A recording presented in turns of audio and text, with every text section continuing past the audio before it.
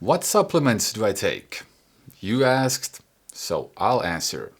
I'm Eric Snell, the author of the Pleasantly Realistic Fit Businessman book. And a lot of people ask me, okay, what type of sports supplements do I take? I discuss a lot about different substances like caffeine, citrulline, creatine, and other things that are usually in sports supplements that are sold in nutrition shops and even in regular grocery stores. Well, today I thought, okay, we can go through what I usually buy, what I currently use, so you just get a glimpse of what it is that I'm currently using. And first of all, maybe it's a good thing to think about the grocery stores. It's very different in each country. Some cultures are more fitness orientated, so that the average person is really concerned about the sugar content and the protein content, the caffeine content, the vitamin content, and grocery stores really look different in a lot of different countries. And there's more regulated countries and less regulated countries. So that's always good to keep in mind that where you live right now, it might not be very liberal, or it might be very restricted. I think it's a good thing if you're in a country where they test everything and people are not allowed to sell just anything that comes to mind. You just slap on a sticker that says, okay, it's not approved by the Food and Drug Administration, but you can buy it, there's a long disclaimer, you buy it at your own risk. I think that's probably very, very dangerous, and I really don't want to be in a position where I buy something that the neighbor has just cooked up in the kitchen, and who knows what it contains. So if you live in a country that's heavily regulated, good for you. It's much safer that way. And of course, when it comes to sports supplements, regular food is much better, and supplements are supplements, but I have to say, convenience is king. And I've been changing the supplements that I buy basically throughout the years as they have evolved. Just 10 years ago, you couldn't find something that tasted like a Snickers bar. And if you found it, it might be just the same nutrition ratios as in a Snickers bar, except that there was maybe a little bit more protein, and it really tasted bad. So I think we've evolved a lot, and each year I see new products come out that taste better, and these companies are getting really creative with ideas, and there's a lot of competition, which is very, very good. So when it comes to grocery stores, what I usually buy there that could be considered sports supplements, currently I'm really into these chocolate puddings. So there's like a protein pudding that a regular food company has come up with. And there's a lot of brands that try it, and I happen to like one particular brand. Maybe in the future there's going to be another one. I try different ones, and I really just like the chocolate one, plain one. It tastes like, the chocolate soft ice. If I would be working in that company, I would definitely market it in that way instead and sell it as ice cream. When it comes to ice cream, there are sugar-free ice creams, fat-free ice cream, protein ice cream. I haven't really had a chance to try these out. I'm a big ice cream fan, but so far I haven't run into any product that I would buy. Of course, there's a lot of sugar-free drinks. That's something that I like to buy. Probably not that good and healthy to drink all that, but you get tired of water. Otherwise, in the regular grocery store, I would say there's not a lot of products that I would buy. There are dedicated aisles full of bio products. Myself, I don't believe that much in the bio products. They're very expensive, so currently I'm not buying anything from that section. And then when it comes to nutrition shops, there I think the landscape has changed throughout the years as well. Now you see actually more grocery type of things being sold, and lately I've been trying out different sort of it's not really food replacements, but more food-like products, such as the pancake dough that's more well healthy.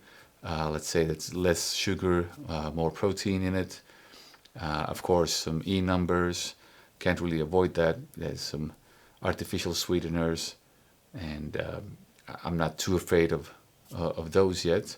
Uh, and they're like pancake dough, some sugar-free syrup. I tried a couple of these meals. Haven't been too impressed yet, so I'll let you know if I find something good. I think usually when it comes to trying to make artificial food, food that you buy in a store that you can store in normal room temperature, probably not so tasty usually. So I get my food from the regular grocery store, not from the sports supplement store. Then they have different sort of categories that have been, popularized. We have sort of the weight gainers, which I think is a little bit of a, waste of money. You don't need to drink up calories. If you really need to put on weight, there's a lot of other things you can eat, and I wouldn't use a supplement for that. There's a lot of fat burners. That's also a little bit of a waste of money, I think. There are a lot of these, training, let's say, caffeine and products that give you like a stimulants to make your workouts better. So like pre-workout drinks, pre-workout powders. Those are quite popular, and for a businessman, someone that works a lot, is constantly busy, and often sleeps maybe not enough. Of course, when you're tired, you want to train. Drinking something with a bit of caffeine in it will make your training a bit better, but it's something you get easily accustomed to, and it's actually quite difficult to break the habit if you always get used to having a pre-workout. It's quite difficult to train without that.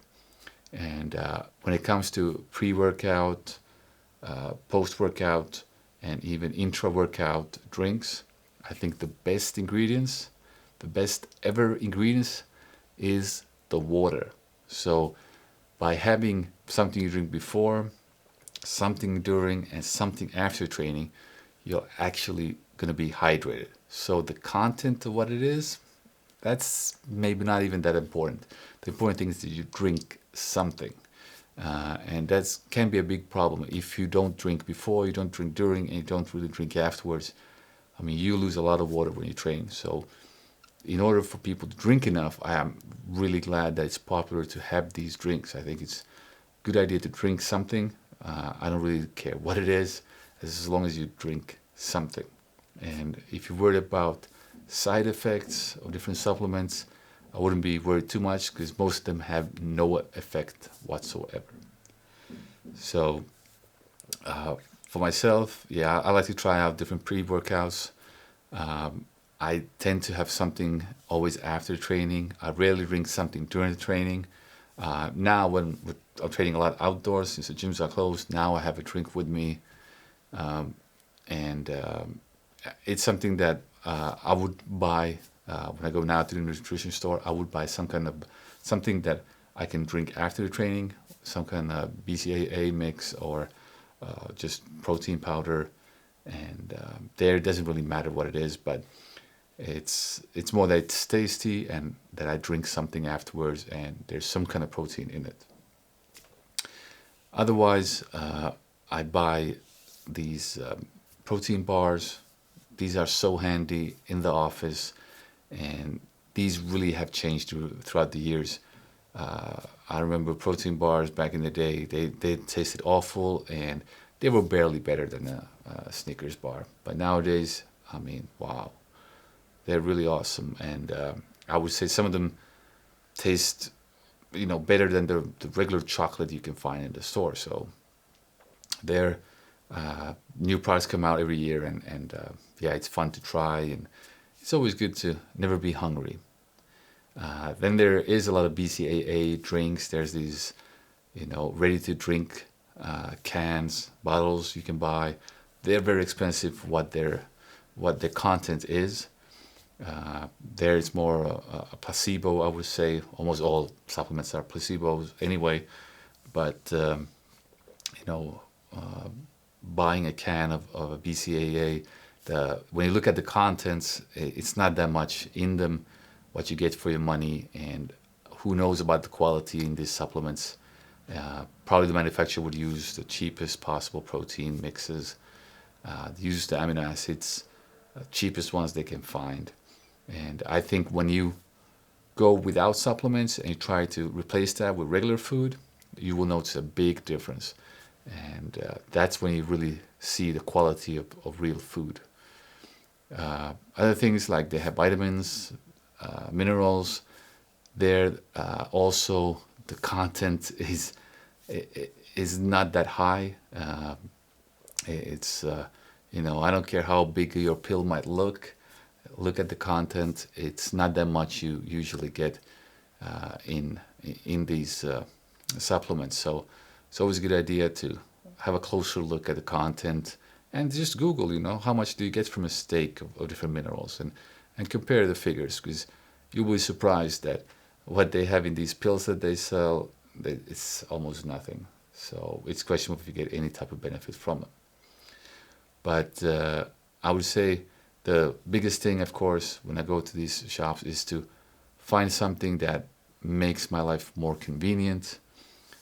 If I'm thirsty and I don't want to drink water, why not the BCAA flavored powder that would, if it makes me drink more, that's good. If I can have a protein bar always nearby, so if I get hungry, I got something to eat. I don't go and buy a Mars bar or a Snickers or eat something stupid. It's really a question about convenience. So there you have it. That's sort of what I'm looking at when I go to a nutrition shop. It's not really that special. I think I always, in my mind, I always tell myself, okay, I'll replace the protein bars that I take to the office. I'll replace them with real food when it's less stressy, when I have more time. But we'll see in the future.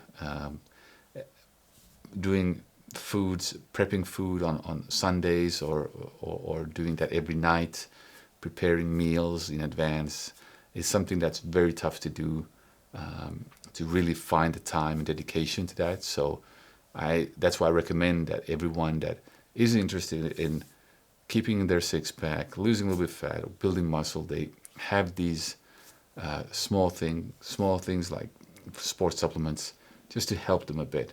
And to ensure they drink enough, and to ensure they don't eat something worse. So I wouldn't compare a protein bar to a regular snack, but I would compare it to a Snickers bar. And then you might understand that maybe that has an impact if you eat a Snickers bar every day or a protein bar. There's a huge difference. So I hope this helps, and I hope this answers your question. I'm Eric Snell, the author of the Fit Businessman book, and I'll see you at work.